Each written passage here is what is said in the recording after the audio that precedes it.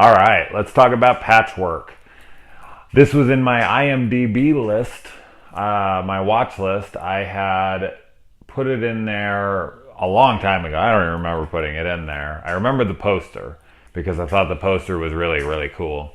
And so I was just kind of scanning through it, looking for potential watches today, and saw it and was like, oh yeah, I think I have about 6 trillion films on that watch list, so I should be able to get to all of those soon. Anyway, so first off, this movie is totally a Frank Henenlotter throwback film, especially to Frankenhooker.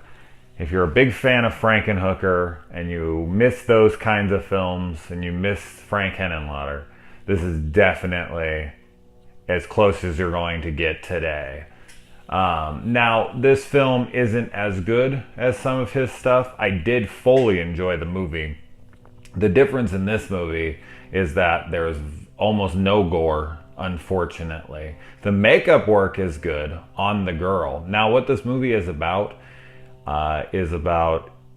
these 3 girls that wake up in one body. They have been patchworked together, hence the title. And they are trying to figure out how the fuck they got like that. Now, what I really liked was we got to see the different girls interacting with each other outside of the body. So it would cut to all 3 of them separate, talking to each other and interacting, and then it would cut back to the girl, basically, the patchwork girl, talking to herself because all of this is going on inside of her head. And, one would move an arm in the thing, and then it cut to her moving the same arm, and they could control, and they were trying to be able to control their body together. And then, they eventually go out and try to solve their murder and what the fuck happened to them. So it's a little bit of a murder mystery, too. Now, things I really liked about this movie was, for one, bringing back that old body horror style, especially the more silly fun stuff, the more tongue-in-cheek kind of stuff, like Frank Henenlotter. I mean, this is very heavily inspired by Frankenhooker, 100%. But it has enough going on in it that it's clearly a separate film. This character has much more personality than Frankenhooker. Although it has been a while since I've seen that movie, and I just got it on Blu-ray recently, so this is making me want to go back and watch it. I really like the characters, the girls. They were also different. One's kind of a ditzy, slutty kind of girl who had rejection issues and would go out and try to pick up on men to feel better about herself. The other one was an uptight, bitchy workaholic who, was having an affair with a guy, and all of her friends basically hated her because she was such a cunt to everybody. And the other girl has self-esteem issues. And so I really liked that all of them blended together so well. And them trying to kind of like group together and figure it out and work as a unit, as a team, was really fun to watch. I also liked the nonlinear structure of this movie, jumping back and forth in time. It was set up in chapters, kind of like a Quentin Tarantino movie. Chapter 1, Jennifer. Chapter 2, this. And it would go back and forth so that the mystery would unfold and you could see each girl and their lives right before this had happened to them. And you are pretty curious on what the hell happened. Now, this is definitely a comedy horror, and it is silly. It isn't super crazy, overly silly. It's not slapsticky. Characters aren't like jumping around and being goofy as fuck or anything. But it's definitely, as I said earlier, very tongue-in-cheek. I really liked the dialogue. I thought that was well written and well delivered by a lot of the characters. The acting was good for what it needed to be. It was very funny to see one of the Weasley twins from the Harry Potter movies in here, Fred, and I really liked his character. He becomes the love interest of the Patchwork girl. And this obviously then goes to not only a murder mystery, but a revenge type movie as well. Now, getting into the things that I didn't like, the gore.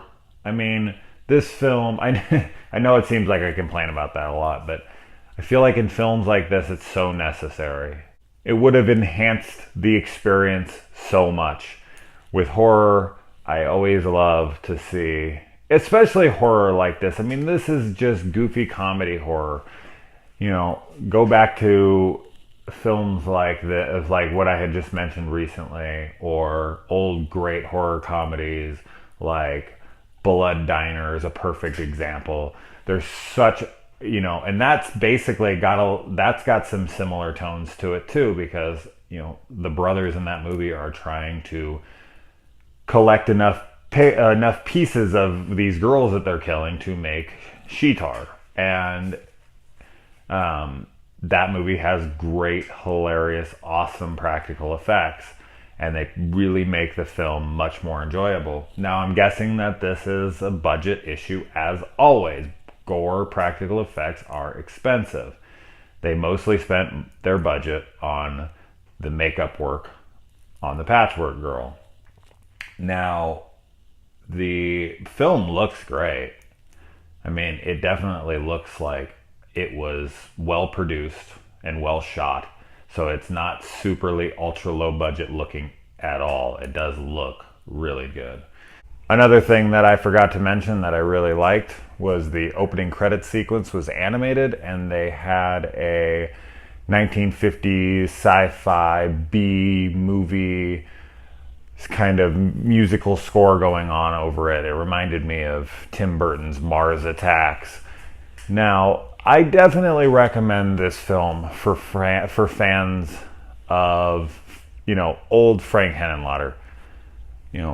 It's so reminiscent of that, and that's such a great body of work that he put out there, between the Basket Case trilogy and Bad Biology and Brain Damage. I mean, these are all just excellent, awesome movies. Now, the huge difference and the big separation between, and I feel like what would have made this movie at least contend with something like Frankenhooker would have been, what I said earlier, the practical gore effects. That Frank Henenlotter's films had some of my favorite practical effects work. The puppetry, the gore, the absurdity of it all. If you've ever seen, especially like Basket Case 2 and 3, the sequels, the work in that is phenomenal. It's so imaginative. It's so fun. It's so crazy, and God, this film could have used that so heavily.